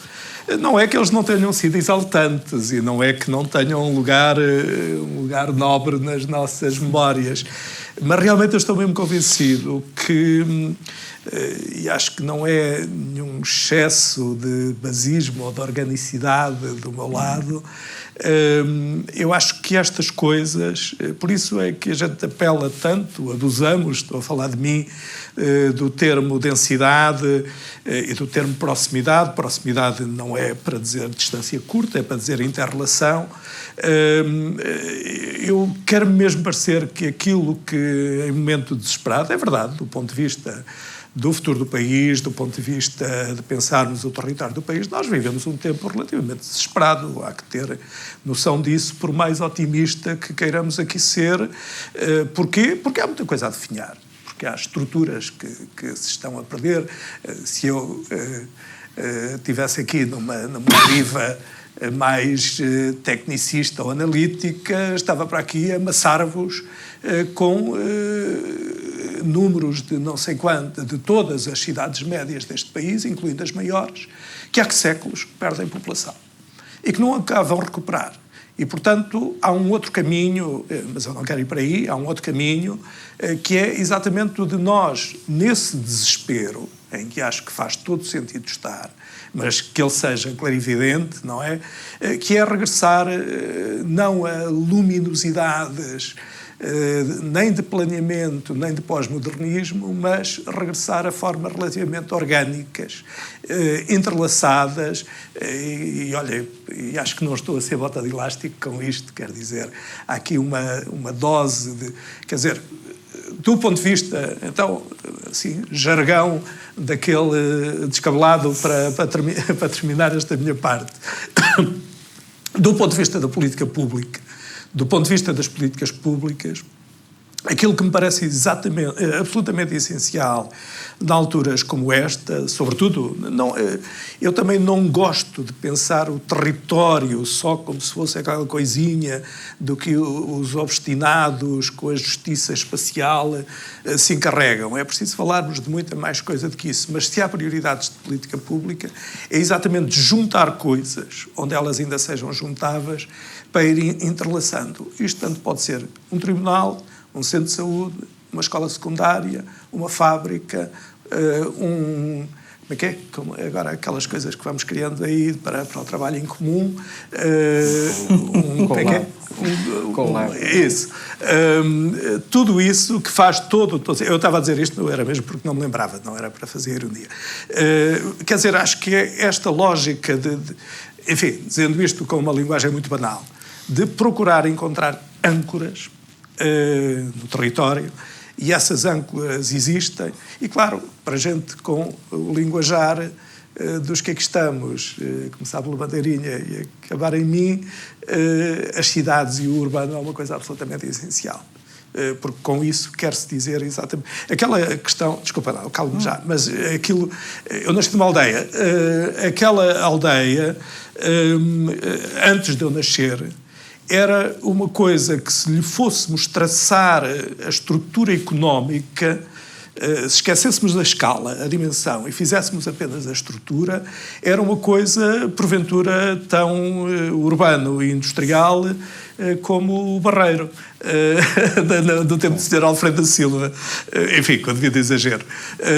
Porquê? Porque tínhamos indústrias, tínhamos formas diversificadas, tínhamos comércio, tínhamos serviços, tínhamos não sei o quê, e, portanto, era tudo menos a baixa densidade rural. Ou seja, é esta complexidade, esta que eu acho que é preciso recriar e que, na verdade, devia ser um grande objetivo de política pública, isto para falar agora aqui com linguagem de Paulo, em vez da conversa que estávamos a ter há bocado. Não sei se há perguntas do lado... Bom, então, boa tarde. Eu cheguei muito atrasado por razões de trânsito e a minha vinda a este colóquio foi, de facto, o título do mesmo, ou seja, voltar aos mapas, inscrever os lugares, libertar as mãos. É um título muito enigmático.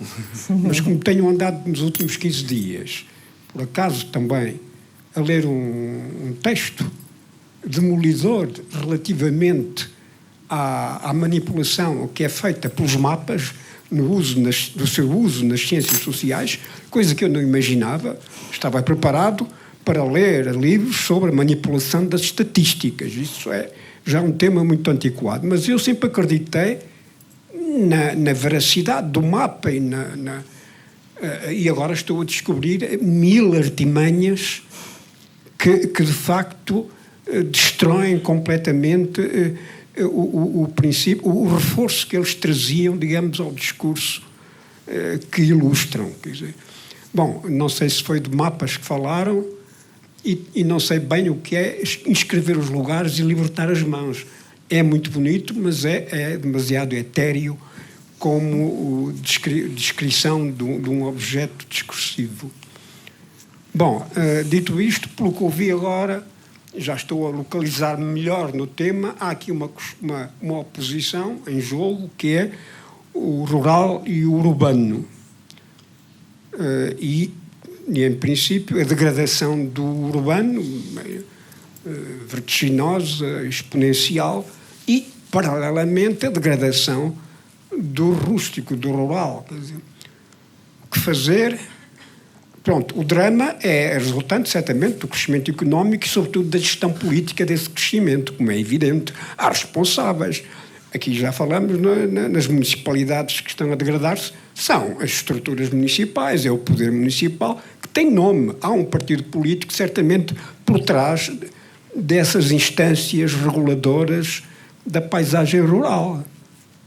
Portanto, é a altura de fazer esse balanço e de inculpar quem deve ser inculpado. Quer dizer, embora existam dinamismos socioeconómicos que ultrapassam, digamos, todo o querer político e toda a vontade de intervenção. Mas, dito isto, quer dizer, perante a situação atual, provavelmente haverá uma saída que é ruralizar o urbano, tanto quanto possível, e urbanizar o rural sem o esmagar, sem o destruir. Portanto, será talvez a fórmula mágica que poderá criar uma cidade mais humana. Não digo radiosa, porque também estou a ler um livro que destrói o teórico das cidades radiosas. Quer dizer, estou a falar de Le Corbusier, que é o homem que está por trás, de facto, de todo um modelo urbanístico absolutamente que deu origem agora a paisagens tenebrosas, sobretudo na China e na Índia, onde ele também foi muito aplaudido, in nihilo tempore. Bom, então a questão passará por aí tentar ver como evitar que as cidades se tornem monstros, quer dizer, proliferantes, quer dizer, e tentar salvar a ruralidade, mas ao mesmo tempo urbanizando-a, dando-lhe alguma modernidade, quer dizer.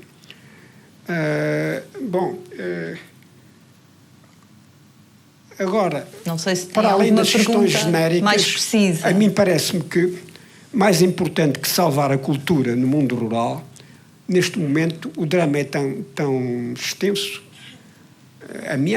é tão grande a ameaça que paira neste momento como nunca no mundo rural português, que já não me interessa salvar a cultura do mundo rural. O que me interessa é salvar a própria ruralidade em si, o espaço rural, o espaço físico. Porque neste momento há uma expansão do chamado extrativismo físico. Neste momento, o Alto Minho, de que aqui foi tão simpaticamente elogiado, enfim, está sob a ameaça de ser destruído o seu coração selvagem, digamos. De momento, foi salvo do ataque que foi submetido durante os últimos 5 anos. Estou a referir-me à mineração de todo o coração do Alto Minho, que, por razões conjunturais, imagino, foi a única parcela do país que está, neste momento, mapeado. Quase 3/4 do país pode ser objeto de mineração absolutamente selvagem, não há outro termo, sem limites, quer dizer. E neste momento, sobretudo neste momento, sob a alçada dessa ameaça e na iminência de passar a ato, é a região do Barroso. Aqui em Lisboa há muitas agitações ecologistas, digamos, um pouco ridículas, espontâneas, não é? Mas não há um movimento sério no que diga respeito à defesa do mundo do Barroso, à defesa da Argemela e à defesa de muitas outras parcelas do país que estão também sob a mesma ameaça. Há, portanto, a mitologia do lítio, que é um slogan mistificatório, porque o lítio não é o objetivo real. O objetivo real são muitos outros minérios que estão em causa, quer dizer. E, portanto, neste momento é o mundo rural que é necessário fazer desaparecer do mapa, segundo o interesse de certas multinacionais, das quais temos cá dentro os respectivos capatazes. Obrigada. Não sei se há mais algum comentário, alguma pergunta. Olá, boa tarde. É só aqui um comentário muito breve, tem a ver com o seguinte, tem a ver com uma coisa que foi falada aqui muito hoje e que também tinha sido falado nas sessões anteriores, que tem a ver com a questão da terminologia. Uhum. É assim, eu depois de ouvi-los os dois e também na última ação, pensando aqui no Carlos e na Desirê também, esta questão dos conceitos e das definições e dos nomes, vamos sempre parar lá de alguma forma, ou como ponto de partida ou como ponto de chegada, não é? E isto leva-me aqui a uma questão tripla, por assim dizer. Será que quando falamos em territórios, quando falamos em lugares ou não lugares, quando falamos em toda esta galáxia, não é? Será que teremos que pensar numa revisão de toda esta terminologia em termos conceptuais, em termos de quadro, de conceitos? Tendo em conta aquilo que é a realidade atual, será que temos que fazer uma revisão de tudo isto ou não? E a minha pergunta tem a ver com o facto de que as palavras contam, não é? As palavras contam. Até estava-me a lembrar aqui um parênteses que há tempos o Gerador, por exemplo, fez até um estudo bastante alargado sobre isto e falou com imensa gente de várias áreas pelo país todo sobre esta questão, tal questão de periferia, baixa densidade, interior litoral e todos estes conceitos de que temos estado a falar, não é? E a questão aqui é, temos que fazer uma revisão de toda esta terminologia em termos de quadro conceptual, ponto 1. Ponto 2, estamos a usar certos conceitos de uma forma errada, de uma forma distorcida ou de uma forma instrumentalizada, consciente ou inconscientemente, ou então há certos conceitos que devemos manter, mas que tiveram uma evolução e que temos que assumir que já não têm a mesma, digamos, a mesma semântica que tinham antes, não é? E eu deixava aqui um bocadinho esta questão da terminologia porque me parece super importante. Obrigado. Sim. Bom, para responder às primeiras questões, eu, na verdade, pela parte que me diz respeito, não estou interessado em recuperar a ruralidade pelo simples facto que ela não pode existir, ou se existir, é um simulacro de realidade neste momento. Ela foi perdida. Portanto, o que eu estou a tentar, ou seja, o meu discurso vai no sentido precisamente contrário, de tentar não perder a urbanidade, porque a urbanidade também está ameaçada.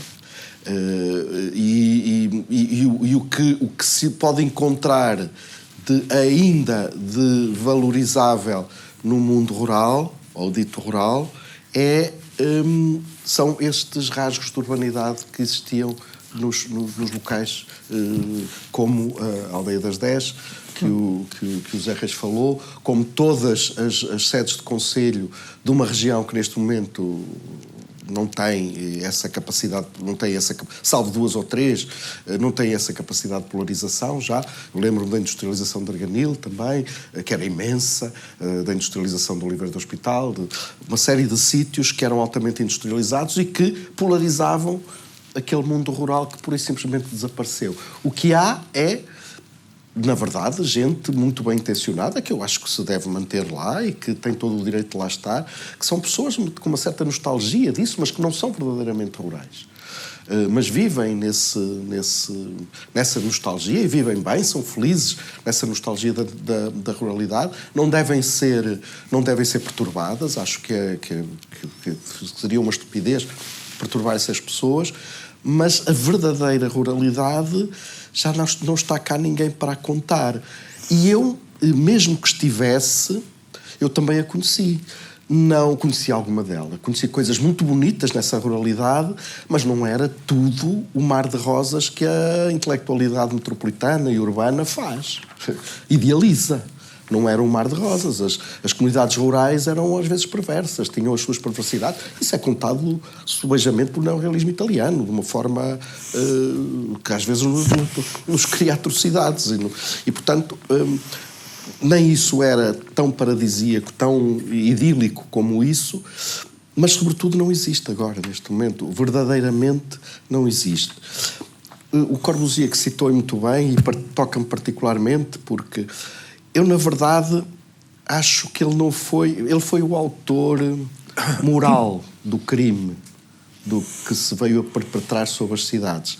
Moral no sentido de que aquilo era tão forte, aquela ideia, ele pressupunha uma organização social tão diferente, o homem novo, não é, que ele preconizava, que depois, como todas as coisas, quase todas as coisas que acontecem, depois das ideias serem formuladas, se desvirtuou completamente. E se desvirtuou, sobretudo, a partir das décadas do pós-guerra, como é sabido, e, sobretudo, mais intensamente, das décadas de 60 e 70, em que mentes não tão brilhantes como a do Corbusier, mas empenhadas politicamente em fazer daquilo alguma coisa que se visse, começaram a tentar normativizar uma coisa que não era possível normativizar, que era a qualidade da arquitetura que ele tinha feito e que tinha demonstrado que era possível fazer uma sociedade sem classes, embora ele tivesse lá umas ligações duvidosas, como agora há muitos livros que o demonstram, não é? Mas, na verdade, ele estava empenhado nisso, ele falava no Homem Novo. O Homem Novo era o homem da sociedade sem classes e sobretudo, acreditava que isso era verdade e que aquele mundo que ele idealizou ia ser assim. Ele era um megalómano, não é? E era um tipo com um ego do tamanho do mundo que ele conhecia, do mundo onde ele viajou. E, portanto, quem estava errado não eram esses arquitetos modernos. Eles acreditavam profundamente daquilo. Quem quis fazer daquilo a norma e aquela legislação ainda é vigente no nosso planeamento. Os planos diretores municipais são todos modernos, todos. Não há nenhum que tenha em atenção o regresso às cidades, o regresso a esta vida urbana, nenhum. Todos falam em destruir as possibilidades de densidade. Quando, eu costumo dizer, os planos diretores municipais têm densidades máximas, deviam ter densidades mínimas. E só têm densidades máximas. Não se pode construir mais do que isto. Deviam ter densidades mínimas. E só depois é que se falava no máximo. O máximo era físico. Mas as densidades deviam ser mínimas, porque as cidades sempre foram densas. O que veio vigorar foi isso. Quando ele lançou um anátema, como lhe chama um grande arquiteto catalão falecido há pouco tempo, o Manuel Solá Morales, lançou um anátema sobre a Rua Corredor, por exemplo. Nunca mais ninguém foi capaz de fazer uma Rua Corredor. Ninguém. É uma heresia. Contam-se pelos dedos de uma só mão, ainda no outro dia escrevi isso, contam-se pelos dedos de uma só mão os arquitetos em Portugal que sabem, como os velhos arruadores do século XVI, fazer uma rua. Não sabem, querem inventar coisas à maneira, por aqui, uma aqui, crescer coisas como cogumelos em sítios que não têm estrutura de ligação, que não têm nada, que são objetos soltos, arquitetonicamente belos, outros nem tanto, sobre o território.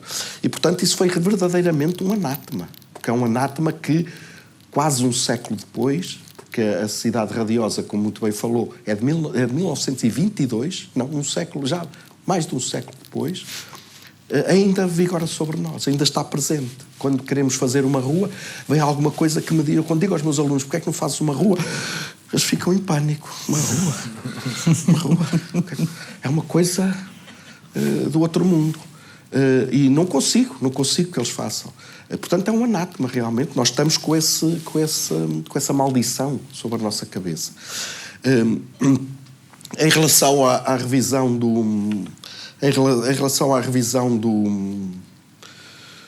da terminologia, eu acho que não é preciso, não sei, não me parece que seja preciso, Paulo, não me parece que seja preciso. Não, o que era preciso era mudar, é mais difícil do que isso, era mudar as mentalidades que levam a essa terminologia. Porque essa terminologia só não nos agrada porque tem sempre subjacente alguma coisa de diferenciador, de demolidor em relação às centralidades que não são as da capital. E, portanto, se nós mudássemos essa mentalidade, que, no meu entender, e desculpem se insulto alguém, mas é um bocadinho retrógrada, de há mais de 50 anos atrás, o que quer dizer que é muito retrógrada, isso conseguia-se. Se toda a gente começasse a ver o país como um todo, como diz o Zé Reis, esses termos já não apareciam, porque o interior, o pinhal interior, aquilo que é aquele monstro que lá está e que arde... Já não se chama assim. Já se mudou a terminologia, não quer dizer que... Era isso que eu queria dizer. Mudou-se a terminologia. Mas está lá na mesma. Está lá na mesma. E esse monstro que está lá, que no verão arde e que leva as pessoas todas a ficarem preocupadas à hora de jantar, que faz parte de nós. É nosso, faz parte de nós. Se nós todos pensássemos isso, as terminologias vinham com naturalidade. E dava-se-lhes o nome que eles sempre tiveram. Sempre tiveram um nome. Aquela pergunta lembrou-me, nunca sei dizer como é que é aquele título de um livro do Mário de Carvalho, temos que trocar 2 palavras sobre esse assunto, não é bem assim, mas o Mário de Carvalho tem um livro com um romance, com um título assim parecido. Bom, e veio-me a ideia porque, enfim, partilho também com a Bandeirinha disse, mas o que eu entendi no que introduziu sobre os conceitos, a linguagem, no fundo é isto, a gente tem a conversar.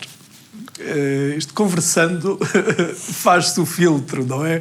E, portanto, provavelmente, como estamos de acordo, não é exatamente encontrar novos conceitos, provavelmente trata-se apenas de explicarmos-nos uns aos outros cada um desses conceitos. O Malpas também, já agora para regressar, e como estamos a chegar ao fim, para chegar ao absoluto, regressar ao absoluto início destas conversas, o Malpas falou muito da conversation, não é? E na verdade é isso, quer dizer, eu acho que aquilo que falta, por isso francamente que uma conversa como esta é sempre muito interessante, porque viemos para aqui com uma certa distensão, acho eu, com tempo, e portanto a gente só tem que explicar um bocadinho as coisas. Até por isto, já agora, termino já, eu na verdade fiz uma tese sobre território, mas nos anos 80, quando a fiz, o termo, acreditem, eu próprio tenho dificuldade de perceber isso. O termo, o conceito, naquilo que eu lia, enfim, nas coisas que eu lia, o termo território ainda não estava propriamente consagrado. Era o termo espaço, apenas. E depois aquilo obrigou a tanta conversa, que não demorou muito tempo, mas depois de fazer a minha tese, que eu não dissesse duas frases seguidas sem usar o termo território, não é? Mas as palavras realmente evoluem, mas eu acredito firmemente que elas são essa evolução e são o resultado da gente conversar sobre as coisas e, portanto, enfim, fazendo aquela síntese simples em que todos estamos de acordo, mais conceitos não são precisos. Agora, dar conteúdo, explicar bem e peneirar um bocadinho e ver o que é que fica e o que é que é desnecessário, isso acontece e é verdade que pela conversa se consegue às vezes reduzir isto a 3 ou 4 coisas essenciais. Foi por isso que a nós nos pareceu que lugares, proximidade, não sei o quê, se calhar dizia logo muita coisa, mas isso fomos nós dentro de nós, não é? Penso que temos que terminar. Eu ia, se calhar, aproveitar só para só para partilhar algumas ideias, muito rapidamente, destes 3 encontros, que no fundo partem um bocadinho da perspectiva que eu tive também daquilo que fui acompanhando. Muito rapidamente. Se houver um centro neste ciclo, na minha perspectiva, o cuidado está no centro. O cuidado do lugar. Sem o cuidado do lugar, das pessoas e das relações entre elas, não há vida, não há lugar. Sem lugares não há território. O território são lugares e os lugares são proximidades, relações, e todas as relações de proximidade são densas. E a propósito de Jeff Malpas, o lugar é parte integrante da própria possibilidade da vida humana e não apenas o pano de fundo sobre o qual as vidas se desenrolam. O José também diz qualquer coisa nesse sentido, que o território não é um invólucro, o que rodeia ou embrulha as cidades, não é a baixa densidade, não é o interior, não é o que fica longe. Se bem que às vezes estamos a falar de coisas diferentes quando usamos estas palavras e por isso as palavras também importam na minha perspectiva. Quando falamos de território, falamos de país, do que o forma, do que o constitui, falamos de um país inteiro. A simplificação gerou injustiça, desigualdades. A simplificação é uma forma de falta de cuidado. Religar as ciências sociais, parece-me aqui também muitíssimo importante esta transdisciplinaridade, porque umas leem as distâncias e outras leem as proximidades, estou muito a partir daquilo que vocês foram trabalhando, e são elas que impedem a simplificação, é essa transdisciplinaridade que impede, no fundo, tornar plano e tornar monocromático, que ajudam a compreender a complexidade, a diversidade de formas de vida. Vou saltar. Trata-se de redesenhar, reconstituir o mapa de um país. Trata-se de tornar talvez visível a multiplicidade de escalas existentes que os discursos dicotómicos tendem a aplanar e a deslaçar. Trata-se de ajudar a reanimar a vida e a fortalecer as diferentes tramas, espessuras. Há palavras que vocês usam e que eu acho que são muito importantes. Teceduras, relações, inter-relações, interações. Trata-se do exercício talvez da paralaxe, ou seja, de exercitar outras perspectivas. E porque também já aqui foram referidos, e há um filósofo indígena que muito admiro, o Ailton Krenak, que diz que o rio não está morto, o rio que está anunciado como morto não está morto, está em coma. E fazemos aqui uma deslocação deste nosso olhar que talvez nos leve a diferentes práticas. E perguntam vocês, pode Portugal deixar de definhar lugares onde há vida, organização, capacidades e onde não é difícil adivinhar o movimento? Pode Portugal não ser um país inteiro? Perguntas tu, José, e o António Bandeirinha, idem. E termino para ir ao Carlos e à Desiré, e quando eles terminam a sua apresentação, no segundo momento, no segundo encontro, com uma citação do Frantz Fanon, quando ele diz: o combate coletivo supõe uma responsabilidade coletiva na base e uma responsabilidade colegiada no topo. Sim, há que envolver todo o mundo no combate pela salvação comum. Não há mãos puras, não há inocentes, não há espectadores. Todos nós sujamos as mãos nos pântanos do nosso solo e no tremendo vazio dos nossos cérebros. Todo espectador é um cobarde ou um traidor.